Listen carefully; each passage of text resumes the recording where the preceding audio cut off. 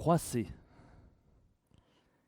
C'est ce que j'aimerais prendre comme thème ce matin, avec pour base le texte de la deuxième épître de Pierre au chapitre 3. Prenons les premiers versets, et je vais parcourir ce chapitre 3 et faire un commentaire au fur et à mesure, donc gardez vos Bibles ouvertes. Versets 1 et 2, il est dit « C'est ici déjà, bien-aimés, la seconde lettre que je vous écris. Dans l'une et dans l'autre, je réveille par le souvenir votre saine intelligence, afin que vous rappeliez les paroles qui ont été dites à l'avance par les saints prophètes et le commandement du Seigneur et Sauveur transmis par vos apôtres. » Pierre est ici à la fin de sa deuxième épître qui, toutes les deux, ont pour but de rappeler à notre intelligence des choses que nous avons déjà entendues, à savoir la parole des prophètes, de Christ et des apôtres.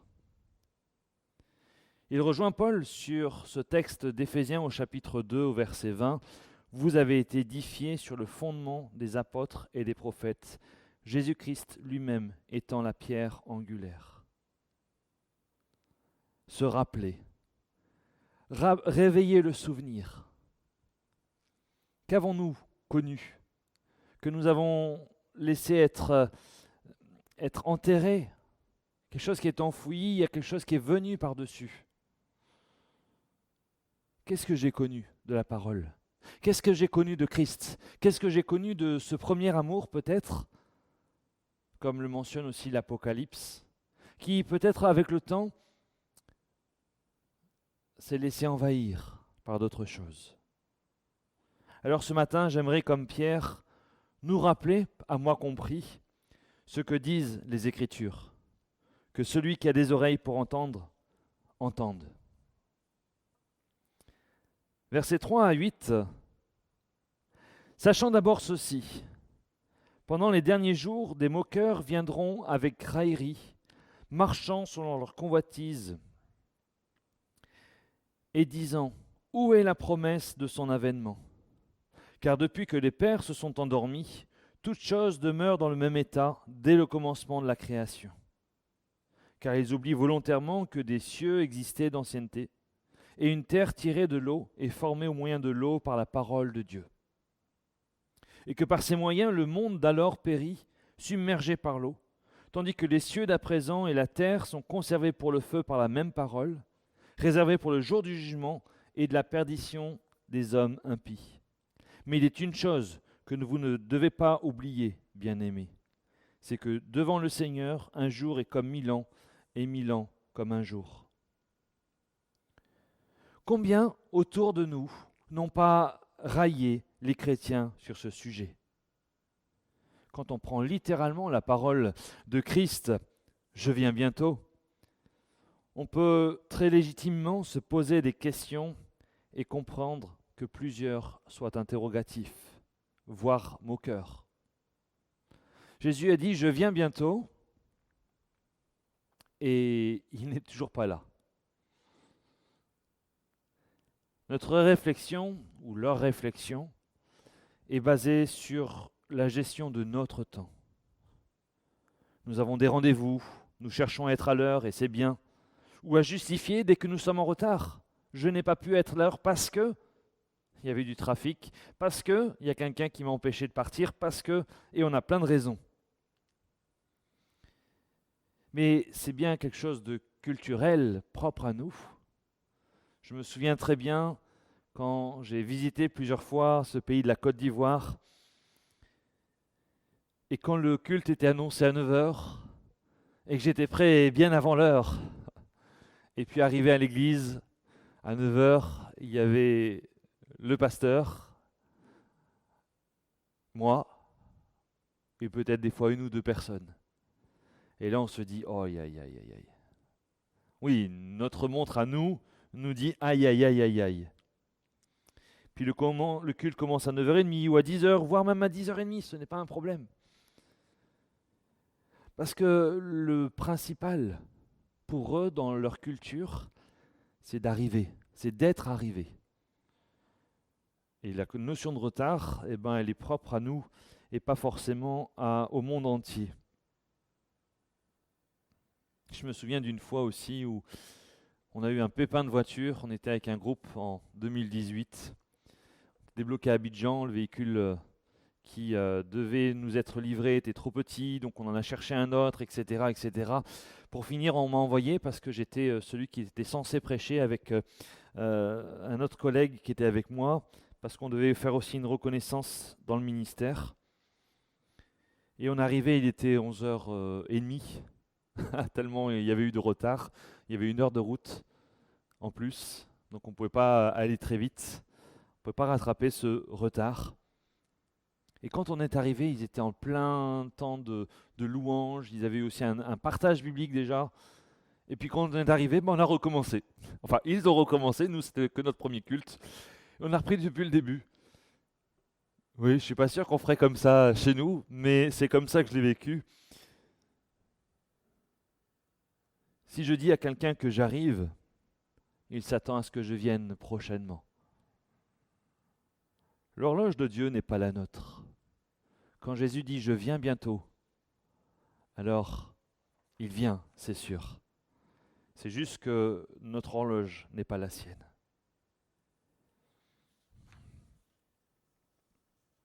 Je ne m'étendrai pas sur les autres thèmes abordés dans ces versets.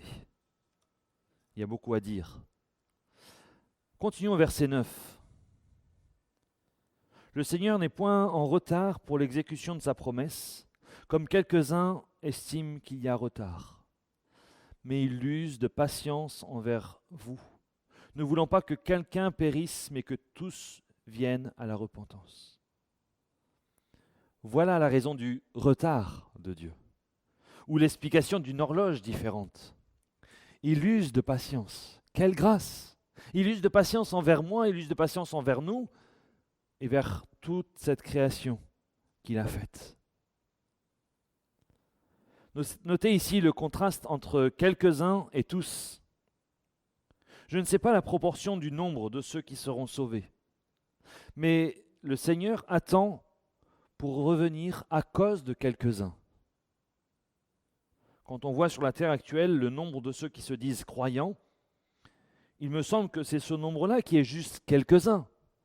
On ne peut pas dire que la majorité du globe croit en Christ. De plus, on prend souvent ce verset pour parler de ceux qui ne croient pas du tout. Et je ne pense pas que cela soit faux. Mais quand on regarde la signification du mot ici, métanoïa, traduit par repentance dans la plupart de nos Bibles, il signifie changement de mentalité, d'intention ou d'avis, ou aussi tristesse qu'on éprouve pour ses péchés et la douleur d'avoir offensé Dieu. Il concerne bien évidemment l'homme perdu sans Dieu. L'homme, la femme que j'étais, que tu étais, avant d'accepter Christ. Mais je crois qu'il concerne aussi l'enfant de Dieu que nous sommes, qui connaît des hauts et des bas, qui a besoin de se détacher du péché, de persévérer dans le salut acquis en Christ. Cela est conforté par bien d'autres textes de Paul notamment, qui s'adressent quasi uniquement à des chrétiens déjà en marche avec Christ, mais aussi à la suite de ces versets que nous allons voir dans quelques instants. Continuons notre lecture à partir du verset 10. « Mais le jour du Seigneur viendra comme un voleur. En ce jour passeront avec fracas, et les éléments embrasés seront dissous, et la terre sera entièrement consumée avec les œuvres qui y sont.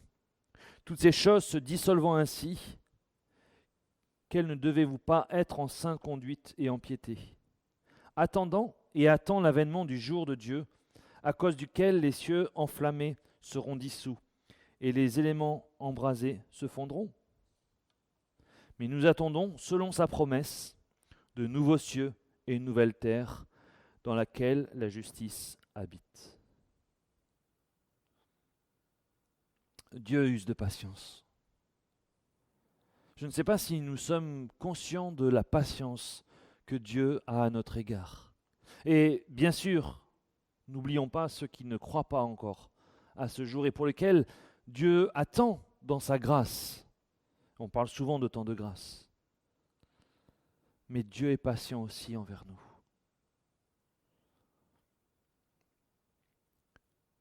Nous ne connaissons pas, et cela ne nous est pas donné, demandé, de connaître la date, l'heure, le jour, le mois, l'année, peu importe, du retour de Christ. On sait juste, au travers de cet épître, en tout cas de ce verset, que le jour du Seigneur viendra comme un voleur. Un voleur qui vient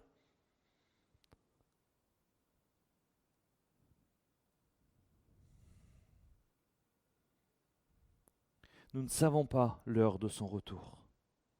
Qui sera comme un voleur dans la nuit dans un autre texte.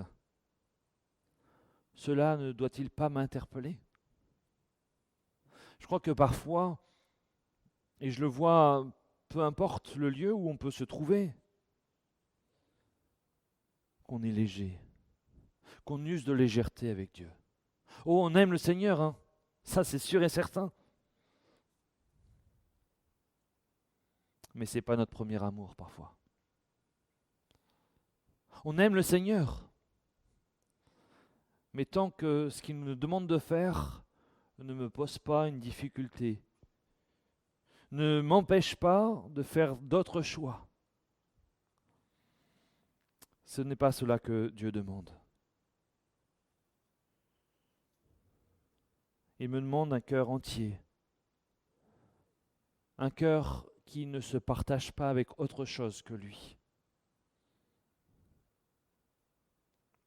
Et j'espère que ce verset 13 aussi est quelque chose que nous attendons. Je crois qu'on ne parle pas, et j'en suis conscient pour ma part aussi, qu'on ne parle pas assez du retour de Christ, d'être prêt. Mais nous avons, selon sa promesse, quelque chose de vrai. De nouveaux cieux et une nouvelle terre. Il n'y aura plus d'injustice, il n'y aura plus de pleurs, il n'y aura plus de larmes. Cette promesse, qu'est-ce que j'en fais? Est-ce qu'elle est là, présente dans ma vie? Ou est-ce que j'y pense juste quand un orateur en parle, pardon.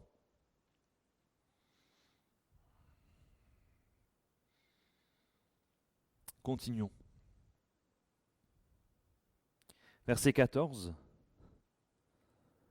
C'est pourquoi, bien-aimés, attendant ces choses, efforcez-vous d'être trouvés en paix, sans tache et sans reproche au jugement de Dieu.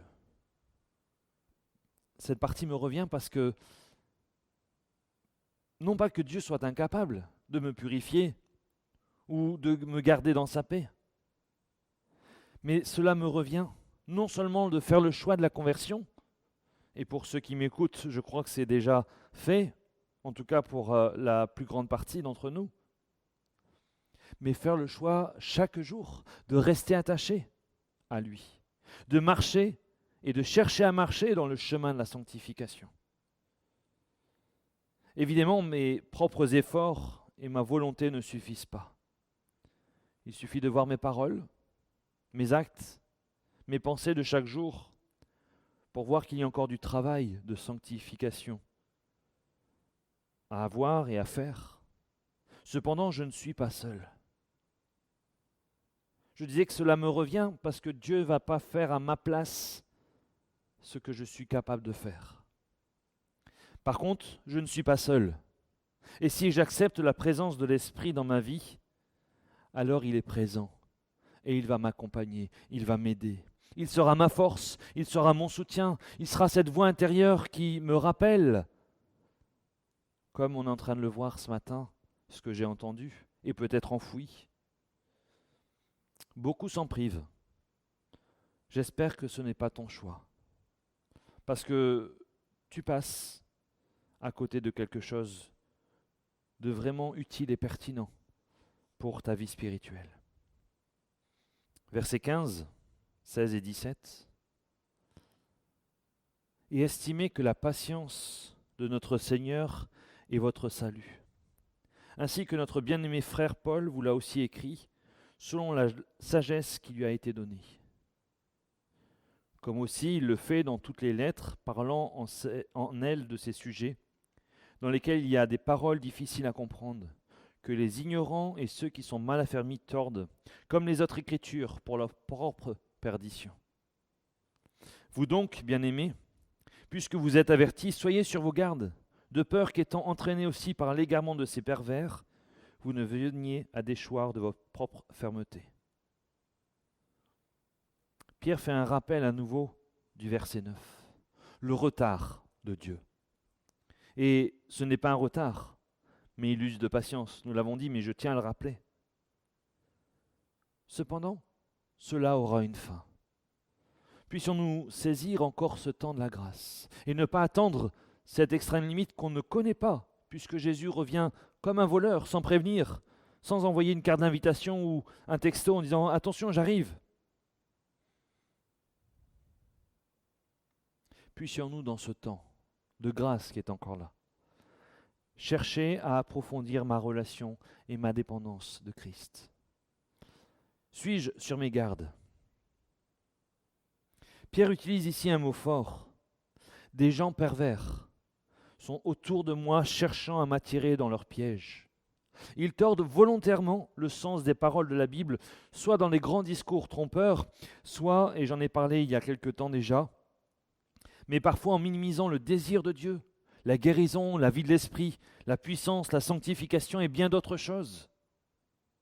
Tous ces détournements n'ont qu'un but, me détacher de Dieu, me faire douter de Dieu, de ma foi, de notre salut, et que nous puissions perdre cette fermeté. Voilà ce sur quoi je dois être en garde.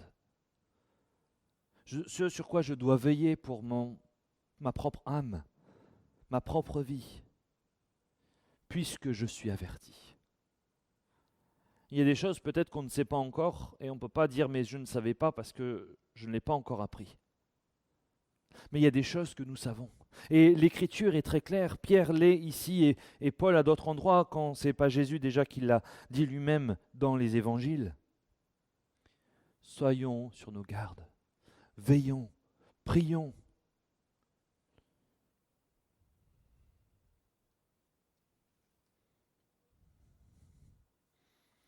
Verset 18, et ça sera ici le dernier verset de conclusion. Mais croissez dans la grâce et dans la connaissance de notre Seigneur et Sauveur Jésus-Christ. À lui soit la gloire, et maintenant, et jusqu'au jour d'éternité. Amen. Nous retrouvons à nouveau un impératif. Je ne l'ai pas souligné à d'autres endroits, mais ici, c'en est bien un. Dieu est capable de toutes choses. Ça, c'est quelque chose de vrai et sur lequel on doit s'appuyer. Mais je l'ai dit tout à l'heure et je le redis ici, il ne fera jamais ce que je suis en mesure de faire. J'ai donc une tâche à faire. Chercher à grandir. Cela m'appartient de chercher à me nourrir, à dépasser ma connaissance, pas pour être enflé d'orgueil en disant « Oh, je sais mieux que toi !» Mais la connaissance de Christ, une connaissance qui donne une solide nourriture, qui donne de connaître notre Seigneur et Sauveur, et qui fait que par cette connaissance, je vais pouvoir vivre des choses avec Dieu. Chercher à dépasser l'expérience passée. Il est bon de rendre des témoignages du passé. Ça, c'est à la gloire du Seigneur, j'ai aucun doute. Parfois, on a tendance à se nourrir du passé. Oh, mais là, c'était si bien. Et puis là, c'était un temps magnifique. Et puis là, ce fut une prédication, quand on s'en souvient, merveilleuse. Et puis Dieu l'a béni, comme s'il n'a plus béni depuis. Soit Dieu a changé, ce qui pose problème dans ce cas-là avec tout le reste de la parole de Dieu et pour notre avenir, soit il n'a pas changé et c'est peut-être moi qui ai changé. Je dois chercher à dépendre plus de Dieu. Croissez. Nous sommes comme une plante. J'ai planté un noyau il y a quelques mois en arrière et la tige a grandi. Il a fallu que je sorte de son verre d'eau pour le mettre dans un pot en terre, un peu large pour l'instant, mais qu'il ait suffisamment d'espace. Et chaque jour, ou presque, je viens lui donner un peu de nourriture, un peu de cette eau dont il a besoin. Pas trop, parce qu'après, il ne va pas supporter, mais ce qu'il faut. Puis je veille, je regarde qu'il ne soit pas en train de partir de biais, parce qu'une fois elle sera plus grande, cette plante, eh ben, elle ne se redressera pas. Je veille. Et si je veille sur une plante, alors pourquoi je ne veillerai pas sur mon âme? Pourquoi, parfois, nous laissons le soin de notre âme et de nos pensées de côté, parce que je suis croyant, tout va bien. Oui, tant mieux. Tant mieux d'avoir fait le choix de suivre Christ. Tant mieux d'avoir fait le choix de marcher avec lui. Mais dans ce cas-là, il faut que je continue à marcher. La marche, si je m'arrête, je ne marche plus. Des fois, j'ai besoin de pause. Des fois, c'est nécessaire parce qu'il y a une difficulté qui est là et je dois m'arrêter. Je dois demander le secours du Seigneur, je dois demander de nouvelles forces pour continuer la marche. Mais le but, c'est de continuer à avancer, de continuer à grandir. Et c'est ce que Pierre souhaite ici au travers de ce verset que je rappelle. Croissez dans la grâce et dans la connaissance. Qu'est-ce que je vais faire? Qu'est-ce que tu vas faire pour grandir? Je disais au tout début dans ces versets 1 et 2, le but de Pierre pour cette seconde lettre, et puis même la première, je réveille par le souvenir votre saine intelligence. De quoi as-tu besoin de te rappeler comme souvenir? Qu'est-ce que tu as entendu de la parole de Dieu qui aujourd'hui n'est pas active dans ta vie, qui n'est pas réelle, qui n'est pas présente, qui ne porte pas ce fruit que Dieu voudrait? Qu'est-ce que tu as entendu et que peut-être tu as laissé passer parce que on oublie des choses? Il doit vous arriver comme moi parfois de retourner dans la cave ou dans les placards, dans le cellier ou autre, d'ouvrir un placard et de dire « Oh, j'avais ça, j'avais oublié ». Ne laissons pas les choses dans des placards, dans des tiroirs. Ne laissons pas les choses de Dieu enfouies, mais venons. Je ne sais pas ce que tu as besoin, peut-être de dépoussiérer. Je ne sais pas ce que tu as besoin de vivre plus, mais j'aimerais vraiment te laisser avec ce verset de fin que Pierre a. Croissez dans la grâce. Je reviendrai sur cette thématique-là, parce qu'il y a peut-être des choses dans nos vies qui empêchent de croître. Mais pour ce jour, arrêtons-nous sur cette pensée et ayons cette prière au Seigneur. J'ai envie de croître. Prions.